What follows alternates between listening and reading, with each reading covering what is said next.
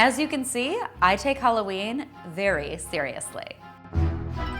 And this year, I'm hosting an epic haunted Halloween feast that the guests won't soon forget. Today, I'm going to show you some of the devilish details that I think make this party a total scream. Now, it wouldn't be one of my parties if there wasn't some cheese. But of course, where there is cheese, there are also rats. For this awesome rat-infested cheese board, I'm using some plastic rats that I found at the dollar store and some mouse traps that I just painted black. I love these spooky specimen jars because they look particularly creepy by candlelight. To make them, I'm going to start by filling some mason jars with some skeleton decorations that I picked up at the dollar store. Then I'm going to fill each jar with water. You can add any color food coloring you want, but I thought it was really fun to use some tea bags so you create this murky, brownish, scuzzy looking water. I'm going for that formaldehyde type look. That's all the rage these days.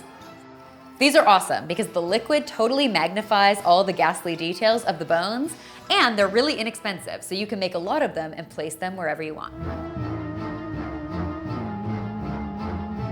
And I just couldn't resist putting this skeleton in the ice bucket because man, he is just cold chillin'.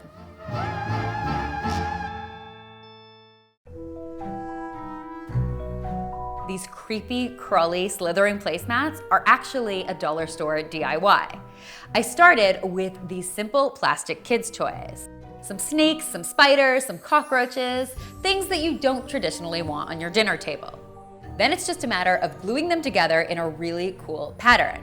Now for this project, I'm using super glue, but you could also do this with a hot glue gun if you wanted to. You wanna make sure your glue is super strong though, because they do tend to fall apart. And word to the wise, if you are using super glue, you are going to want to wear gloves. Trust me when I tell you, I learned this the hard way.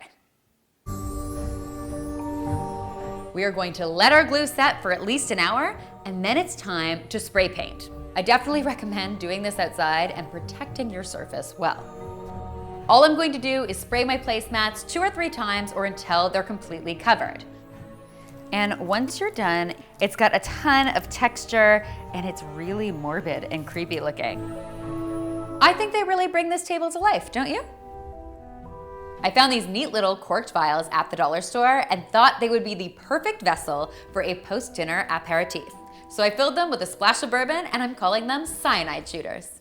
And of course, no party would be complete without some parting gifts. In this case, they are my toxic test tube party favors, and they're really, really easy to put together. So I found these really cool test tubes with cork stoppers at my local craft store. All I've done is select some transfers and cut them out. Then I'm going to peel off the backing and place them transfer side down onto my test tube. So you're just basically rubbing it, creating friction until the transfer transfers. Then I'm going to peel off the backing and voila, you've got this really cool branded test tube that you can fill with all sorts of deliciousness. Now I'm using cranberries for this project because they look an awful lot like human scabs, and that's how morbid I am.